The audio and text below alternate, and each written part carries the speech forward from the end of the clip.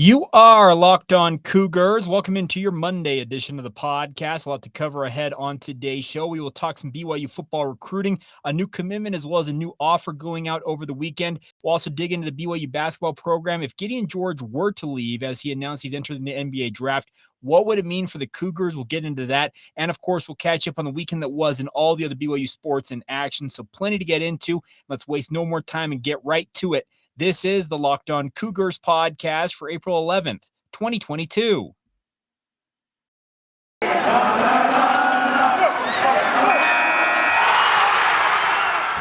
You are Locked On Cougars, your daily podcast on the BYU Cougars, part of the Locked On Podcast Network. Your team every day.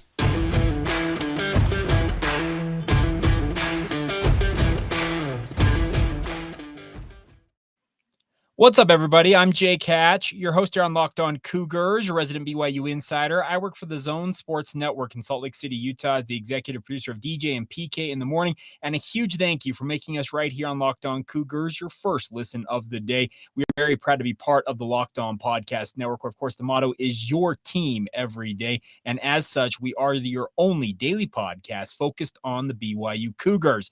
If you haven't followed us on social media already, I would encourage you to do so. Locked On Cougars on Facebook, Instagram, or Twitter. If you want to follow my work on all things sports, not just BYU, there's a lot of BYU there as well, but you can follow me on Twitter at Jacob C. Hatch, my full name, and a big thank you for your support of this venture as always. All right, diving into today's show, let's talk about BYU basketball for a moment here. Did a special edition late Friday afternoon, I guess mid-Friday afternoon, that Gideon George has officially declared himself eligible for the NBA draft. And as I said on Friday, I think this is a move to see where he stands with regards to his NBA future. I'm not trying to say that he's going to go pro. I am of the opinion he's going to go get his evaluations from NFL front office executives, scouts, coaches, all the like. And then I think he will ultimately return to BYU for what would be his super senior season, his COVID year with the BYU basketball program, and hopefully take on a bigger role. And I actually think this is a critical thing for the BYU basketball program, because if he were to leave, and I'm not saying that Gideon George is going to come in and score 20 points a game next year if he were to return to BYU. Let me be very clear about that up front. But if he were to leave, he would leave yet another hole in BYU's lineup with regards to scoring. He averaged 8.8 points per game last year, really was a fourth or a fifth option in most games when he was playing for the Cougars last year. Alex Barcelo is far and away BYU's number one option all season long. But Gideon George, I was of the opinion, would take on a bigger role offensively for BYU this coming season. But ultimately, he is going to test the waters, see what ultimately he can find out. And maybe he ultimately does decide, hey, you know what? The pro game is where I want to be. I want to go over to Europe. I want to go back to Africa. I want to just start my pro career somewhere and see where it takes me, see what kind of money I can make. And if that happens, you wish him nothing but the best.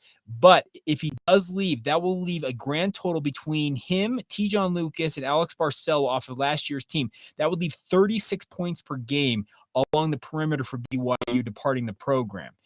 Would guys like Spencer Johnson, Trevin Nell, and on the roster right now, Trey Stewart, among guys who are still there and not entered into the transfer portal, guys like Hunter Erickson have departed the program, Nate Hansen as well, and they are in the transfer portal. But the guys like Nell, Stewart, and or Spencer Johnson, are they capable of stepping up and filling 36 points per game and a bevy of minutes, a bevy of shots, all kinds of assists, all of the different statistical holes that a guys like Alex Barcelo, T-John Lucas, in this case, Gideon George would leave? I don't think they are, but BYU could go out and try and replace them, and they are doing just that right now in the transfer portal. I know the coaches are scouring the transfer portal, trying to find an option or two or three to bring into this program. And if Gideon George were to say, you know what, I'm going to go pro, it doesn't matter where I land, whether it's a two-way contract in the NBA, a G League assignment, or he goes overseas to play, I think that would leave a pretty monstrous hole in BYU's lineup, because he is what I believe to be a guy who could really benefit from another year playing for BYU. I am of the opinion that Gideon George next year would actually be maybe the second or third option offensively for the Cougars. At this juncture, Fus Traore looks like the guy who will be the number one option for BYU working inside out. I have said it before on this podcast, and if you haven't heard it before, I have been hearing and I've been told that BYU is looking for a ball-handling point guard. Obviously, need to replace both Lucas and Alex Barcelo in that respect, but they also want a high-level wing scorer if they can get it. And they will obviously be looking for big men on the interior to team with Fousseyni Traore and Atiki Aliatiki to help BYU's interior presence. But a guy like Gideon George, man, if I'm him, I'd really be looking at maybe I want to come back for another year and be more of a prominent offensive option, show that I can shoot the three at a higher clip, shoot the ball overall at a better clip. And then maybe next year he gets better looks with regards to staying stateside and playing, whether it's as a two-way player on an NBA contract or getting drafted outright. We said it on the Friday edition of the show. Mike Brown, a longtime NBA assistant and head coach, he is of the opinion that Gideon George is an NBA level wing, a 3-and-D type guy. He's got all the measurables: 6'6", 210 pounds, long arms, the ability to defend an opposing player very, very well, move his feet. So I look at this and I would wonder why he would go to the draft if he was seriously considering leaving, because I don't think he gets drafted this year. He needs to show more offensively if he ultimately does want to get drafted. So I think the NBA draft process for a guy like Gideon George in this instance, as I said on Friday, is more about exploring where he needs to improve his game. Then he can come back for the summer leading up to next season and improve on that and hopefully go out and have a season where he scores maybe 10 to 15 points per game, shoots the three at a near 40% clip, if not higher. And it's just an overall playmaker that he's not shown previously in his career. And if he continues to round out his game, I am of the opinion that that is what will get him ultimately his chance to play in the NBA. Is that his end-all be-all goal? I don't know that, but I am of the opinion that he will end up back at BYU for this upcoming season. And I think if you're a BYU fan, that should be welcome news to hear. I guess your opinion on that may differ, but I think this is actually something, as I said also on Friday, that all players who are key rotation guys who've had pretty good seasons, they should all explore this process. There's literally no harm in you going out, going through this NBA draft process, interacting with NBA personnel, and then not hiring an agent to retain your eligibility. I think it's a win-win scenario for all involved, and hopefully it pays off for a guy like Gideon George. And I'm of the opinion that I think this is very beneficial for him, even if it does end up that he ends up leaving BYU and deciding he wants to play elsewhere, whether it's the pro level or maybe he decides he wants to transfer. I don't have any intel on that part, but if he decides it is his time to depart BYU, I think you wish Gideon George well. He's been a very welcome member of the BYU basketball program, but at this juncture, I'd be hard-pressed to think that he's actually leaving. I think he's going through this process to kind of evaluate where he's at in his game, and then he will come back, work on that, and hopefully go out and have the type of super senior season, I guess we'll call it, that he dreams of having, and hopefully that will bolster his draft stock enough that he can live his dream of potentially playing in the NBA. All right, coming up here in just a moment, we need to talk some BYU football recruiting. 2 new names popping up over the weekend, one a commitment, another one being an offer that's a very critical position for BYU, and a guy that you may not know, but I've had a chance to watch, and I'm actually impressed that BYU is as high on him as they are. We'll dig into that here momentarily. Today's show is brought to you in part by our friends over at Built Bar. I'm going to throw up this little graphic right there. There you go. Built Bar is our sponsor today, and Built Bars are absolutely incredible. I'm actually going to scroll up so I can read my copy points from my nice little doodad here. But this is the time of year that we all are trying to continue to stay in shape, obviously. It's April. You probably have given up on your New Year's resolutions, but Built Bars, they're a key way to keep yourself healthy and at the same time indulge in a delicious treat. I have talked about Built Bars for months, if not years now on this podcast. I am a huge proponent of Built Bars, and I would encourage you guys to give them a shot as well. Built Bars macros are absolutely incredible. Just 130 calories, 4 grams of net carbs, 4 grams of sugar, and 17-gram protein. And if the Built Bar itself, the original Built Bars, are a little too rich for your likings, they are covered in 100% chocolate, they can be a little dense for people, I would encourage you guys to give the brand new Built Puffs a chance. They're a one-of-a-kind protein-infused marshmallow, which is far more light and airy than the regular Built Bars. But the more important thing is their macros are just as good as the Built Bars, and they have the same amount of protein packed into them. So give them a shot, my friends. You can go to Built.com right now, place your order there. I've actually got one one's sitting right here by me. Let's see what we got today. We have got, the Sweet Fire. Now, this one, I don't know if they still make it or not, but the Sweet Fire is, if you're a fan of jalapeno fudge, that is the flavor for you. It's got a kick to it. But guess what? There are 100 different flavors, it feels like. And the best part is you can find 1, 2, or I feel like 10 that you will enjoy. All at built.com. While you're there, you promo code LOCKED15. That is LOCKED15 for 15% off your order. Once again, go to built.com. Use the promo code LOCKED15 for 15% off your order and enjoy the best tasting protein bars with Built Bar. All right, time now to talk some BYU football recruiting. And BYU this past week, I'm using a little iPad up above me here, so I apologize if you're seeing my hand scroll. I'm actually scrolling to my copy points here, so I apologize for that. But BYU added a new commitment in the 2024 recruiting class this past weekend by the name of Adney Reid. And if the last name sounds familiar, it should. His father is former BYU tight end Gabriel or Gabe Reid. I knew him as Gabe, but some people call him Gabriel. Gabe Reid is now President Reid. He's a mission president for the Church of Jesus Christ of Latter-day Saints in Sydney, Australia. Adney is living in Australia, playing rugby and basketball mainly down there in Australia as a high school sophomore. He is a member of the 2024 recruiting class, but was a kid before departing to the mission field with his parents. He was playing for Spanish Fork High School. It was a pretty highly thought of freshman and sophomore for the Dons. He's listed at 6'3", 190 pounds, 180 to 190 pounds, somewhere in that range.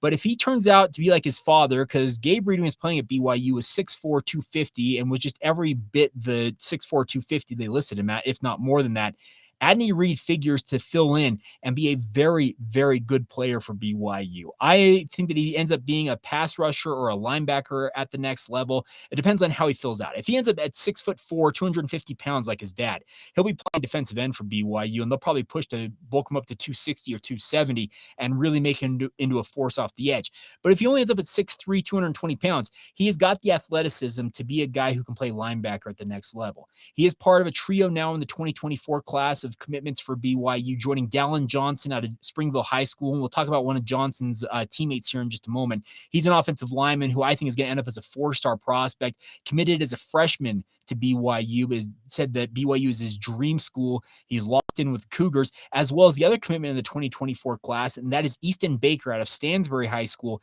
out there in the Tooele area in Utah. Easton Baker is just an absolute mauler at safety at the high school level. He just comes downhill and absolutely wallops dudes. He committed, I believe, as an 8th grader, if not a 9th grader from Stansbury, similar to Dallin Johnson, said that BYU is his dream school. He has no intention of looking elsewhere. And they form a pretty good core for the 2024 recruiting class. Like I said, Adney Reid, I think, is a very talented prospect. He is just beginning to realize, I think, his athletic potential. And obviously him playing in Australia, basketball and rugby, he's not going to be playing football. And that is a little bit of a concern, considering there is an element of actually having to play the game of football to be a better prospect at the game. But I am of the opinion that he already showed enough. And there's a reason why BYU took his commitment after giving him a scholarship offer. And if you're wondering, okay, what's his relationship to both Gabe Reid and Kalani Reid up at the University of Utah? Well, they are cousins. Spencer Reid, who played at BYU, he is brothers with Gabe Reid, senior, I should say, the older Gabe Reid, who's the mission president currently.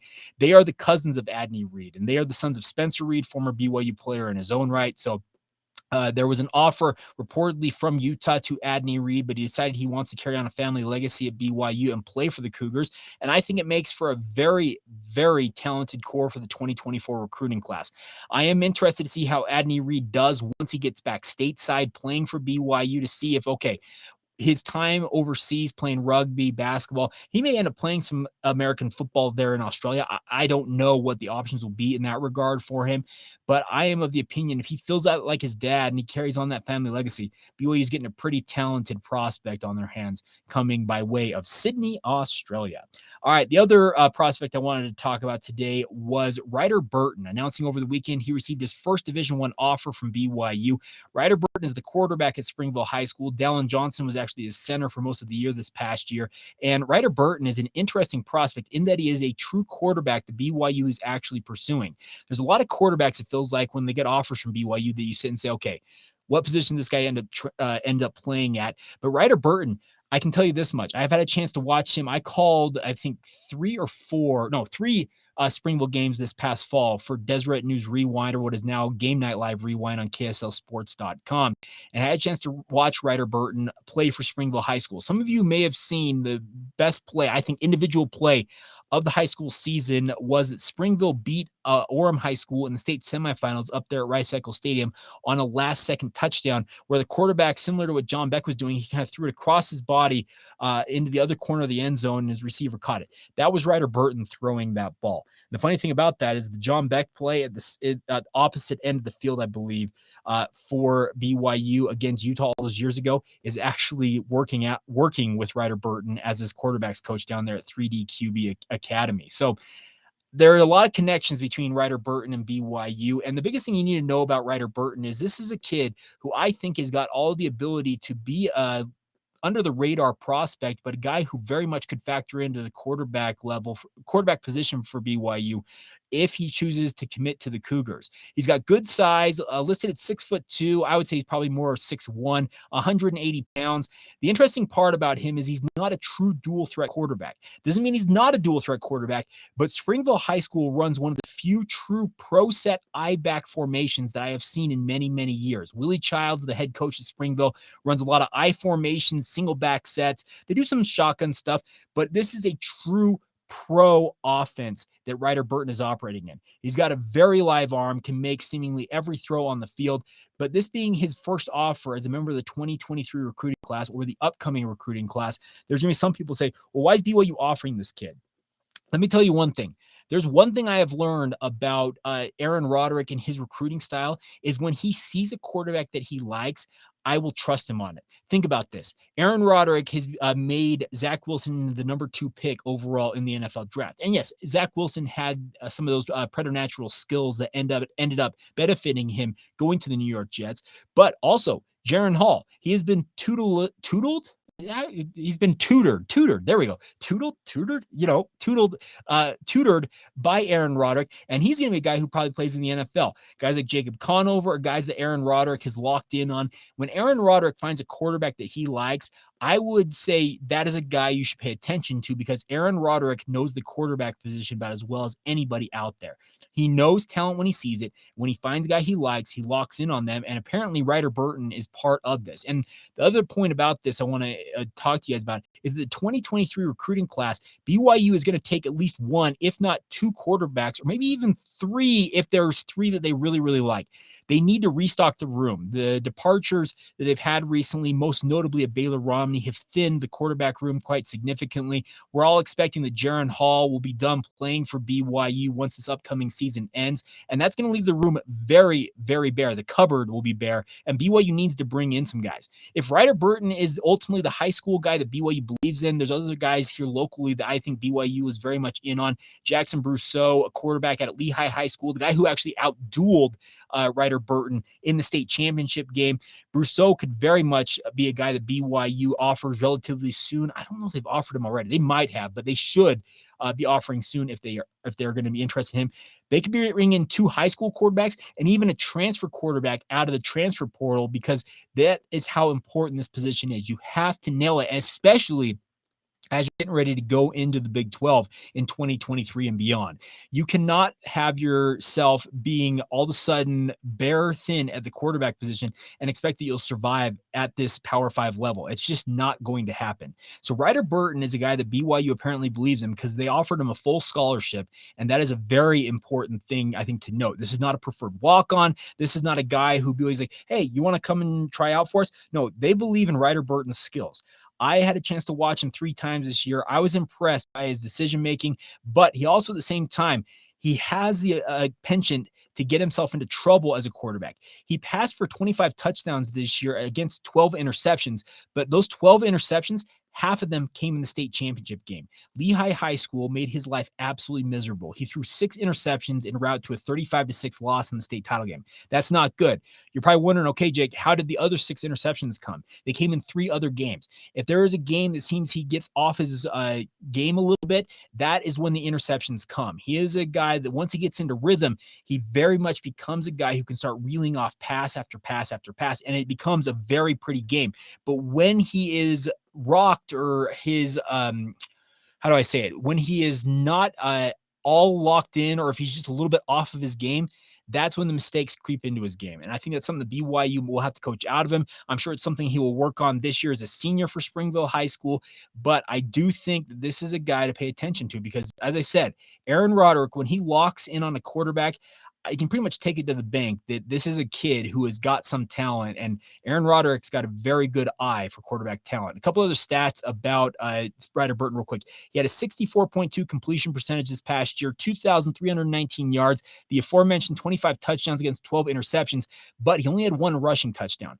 I don't know how good of a runner he is, but he's not asked to do that in the offense that he plays in at Springville. It is truly an I-backs pro formation where Ryder Burton, when he's passing the ball, he is dropping in a 5 or a 7-step drop, and in some cases, maybe even a 3-step drop, but it's out of under center positions. This is a true pro offense he's playing in, and it's just a very interesting offer. So we'll see what happens. He's projected as a low 3-star prospect by 24/7 Sports, an 81 grade on him, but I think that Aaron Roderick, he thinks he may have found a gem in Ryder Burton, and hopefully BYU can haul him in. All right, coming up here in just a minute, we'll round out today's show with a look at what else happened over the weekend in BYU sports. Before we do that, though, let's talk to you guys about our friends over at BetOnline. BetOnline is your number one source for all of your betting stats and sports information needs.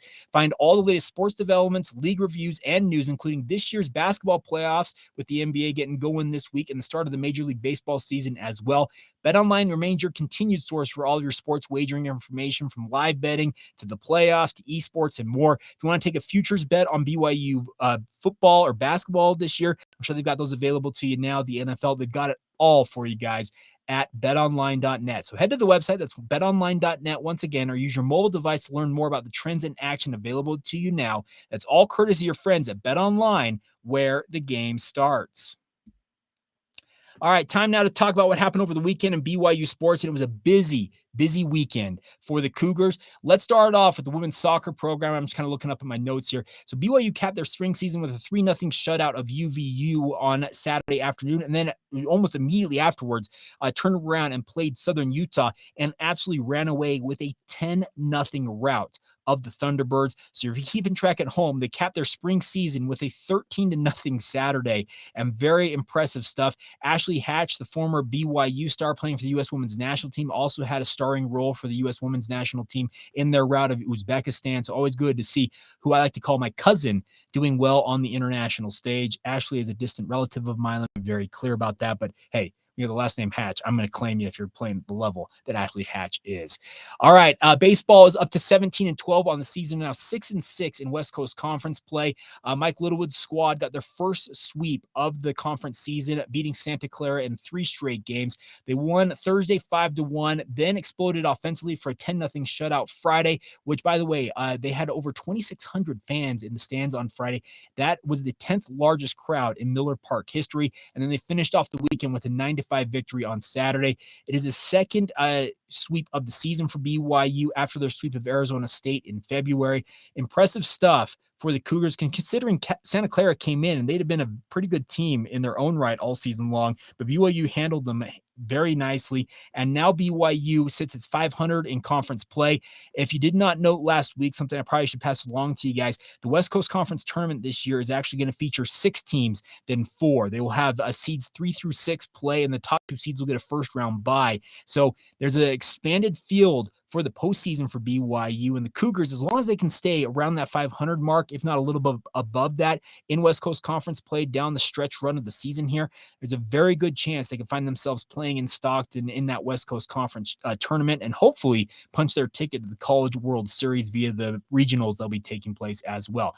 The Cougars will be back in action this weekend, stepping away from conference play. They're going to be taking on the Nebraska Cornhuskers. They're headed to Lincoln, Nebraska. That is Thursday through Saturday for a 4-game series. There'll be a double header on Friday, games Thursday, Friday, and Saturday for Mike Littlewood and his team. Best of luck to them in that. Now on to softball. The softball program had a pretty rough weekend, all things considered. This is a team that's 25-10 now, but just 1-2 in West Coast Conference play. They opened conference play this last weekend with the 3-game set against Loyola Marymount, and LMU took 2 of 3 off BYU at Gail Miller Field. This was a home series loss, which is really rare for BYU. The Cougars won the series opener 4-0 on Friday, then lost 8-4 in the nightcap, and then were stymied in a 1-0 loss on Saturday. So the Cougars off to a little bit of a stumbling start, to West Coast Conference play. The West Coast Conference has been BYU's conference. They've owned this conference since it was founded by the West Coast Conference 5, 6, 7 years ago. But maybe, and this is still a long way to go, let me be clear about this, but LMU coming in and taking 2 or 3 off BYU, could that signal a little bit of a change for the Cougars? I don't know, but it's an interesting note to keep track of down the rest of this season. BYU is expected to host UVU tomorrow, weather permitting, at 5 p.m. over at Gail Miller Field. If they do play that game, admission is free, and hopefully the weather will hold out. They can play that game. They will also be in action against Idaho State up in Pocatello later this week as well. On to men's volleyball, BYU's rough season continued with a sweep over the weekend by number 12 Stanford. They were swept Friday 3-0 before losing 3-1 on Saturday. The Cougars are now 8-14 overall on the year, just 3-7 in the MPSF. They'll have their final 2 regular season matches this Friday and Saturday against UCLA at the Smith Fieldhouse. Both of those matches slated to start at 7 p.m. and both will be televised on BYU TV. It'll be senior night. BYU's got a very young team. I'm actually not 100% certain how many guys they'll be honoring this year, but final 2 regular season matches. Hopefully BYU can go out with a winning weekend as they close out their regular season. Other notes you need to get to: men's tennis had a rough weekend, losing both of their matches over the weekend on the road, 4-0 at USF before falling 4-1 at Santa Clara. Their road stretch will continue this weekend as they head to Southern California to take on Pepperdine and LMU. On the women's side of things, they had a winning weekend at home, beating USF and Santa Clara. They beat the Dons 4-3 on Thursday before beating Santa Clara 6-1 on Saturday. BYU has one match in women's tennis this week. They're headed to LMU this Friday, headed to Los Angeles. And then finally, the final few notes I need to talk to you guys about is women's golf and men's golf. Both programs are in action early this week. Depending on when you listen to this, their first round actually might be done. They're expected to start shotgun style on Monday morning at 8 a.m. for both of these. The women's golf program, they were 15th last week at the Silverado Showdown in Napa, California. They open play in the Chambers Bay Invitational in Washington today in their final regular season action. It is the site of that U.S. Open that was up there at Chambers Bay. Many of you might remember it. Jordan Spieth having an epic weekend up there in the U.S. Open. The tournament will wrap up tomorrow, but there are 3 rounds of action scheduled to be played over the next 2 days for the women's golf program. Men's team is headed to the Western Intercollegiate at Pasatiempo Golf Course. It is hosted by San Jose State. That begins this morning, and speaking of Monday morning, and runs through Wednesday. There will actually be live coverage of this event on Golf Channel throughout the week if you want to tune into that. I can tell you this much. What I know of Pasatiempo Golf Club, it is one of my father's favorite golf courses in the entire world. My father has traveled the world for business for many, many years. Pasatiempo is a golf course that he says is, in his opinion, it's top 10 he's ever played his entire life. And trust me, he has played a number of great courses. He's played Pebble Beach, etc. He says Pasatiempo is one of his favorite courses he's ever played. To this day, he actually still carries a one of his Woods head covers. It's a Pasatiempo golf head cover that he carries with him. Golf head cover. Man, I'm just butchering the English language today, but nonetheless, it is a really fun event. And BYU men's golf, they've already been out there playing over the weekend. I saw some highlights on Instagram of them getting some practice rounds in out there at Pasatiempo. And best of luck to Bruce Brockbank and his team as they open play there at Pasatiempo Golf Course. All right, so there you go. You are up to speed on everything you need to know about here on this Monday edition of the show. It's been a lot of fun to be with you guys. Hope you guys have enjoyed the show as always. We are on YouTube, as you can see. If you're watching this, if you're listening to it, you might want to check it out on YouTube. Even if you don't want to watch me talk about BYU sports, I would appreciate you guys that are listening to the podcast just logging into your YouTube account and just subscribing to the show. It really helps us in terms of getting subscribers to build this out on the YouTube side of things. The video element is kind of the new destination for most podcasts, and that's why we're doing this video. I am still working on upgrading the video quality, so if it doesn't look crystal clear and HD, guess what? It's coming. We're working on it. I've actually got a solution I think I figured out over the weekend that we'll be implementing in the coming days and weeks. So hopefully you'll be able to look at me in crystal clear high definition very, very soon. If not, it's fairly clear. I'm looking at my own picture here, but you know what? it's fun to do. And I'm still getting used to actually being on camera doing this, but at the same time, it's a ton of fun to be with you guys. Coming up on tomorrow's show, I want to check in on the NFL draft. I want to talk about Tyler Allgeier's prospects, the latest on what it's looking like for him with regards to the NFL draft. There is a second half of an interview I did with Harvey Unga, BYU running backs coach, worked very closely with Tyler Allgeier over the past 2 years. What does Harvey make of Tyler's chances in the NFL as a guy who also played in the NFL? Speaking of Harvey Unga, we'll get to that conversation on tomorrow's podcast. So thank you once again for making us your first listen of the day. And if you want more on the NFL draft, I would encourage you guys to get over to the Locked On NFL Draft podcast. They bring it to life every single day, making sure you guys are apprised of all the top prospects, how trades and signings in the NFL going on right now are affecting draft order and philosophy when it comes to the upcoming NFL draft in Las Vegas. So stay tuned for that and make sure you guys listen to that as your second listen of the day right after this one. That's going to do it for us on this Monday edition of the show. Hope you guys are all doing fantastic. This has been the Locked On Cougars podcast for April 11th, 2022, and we will talk to you guys tomorrow.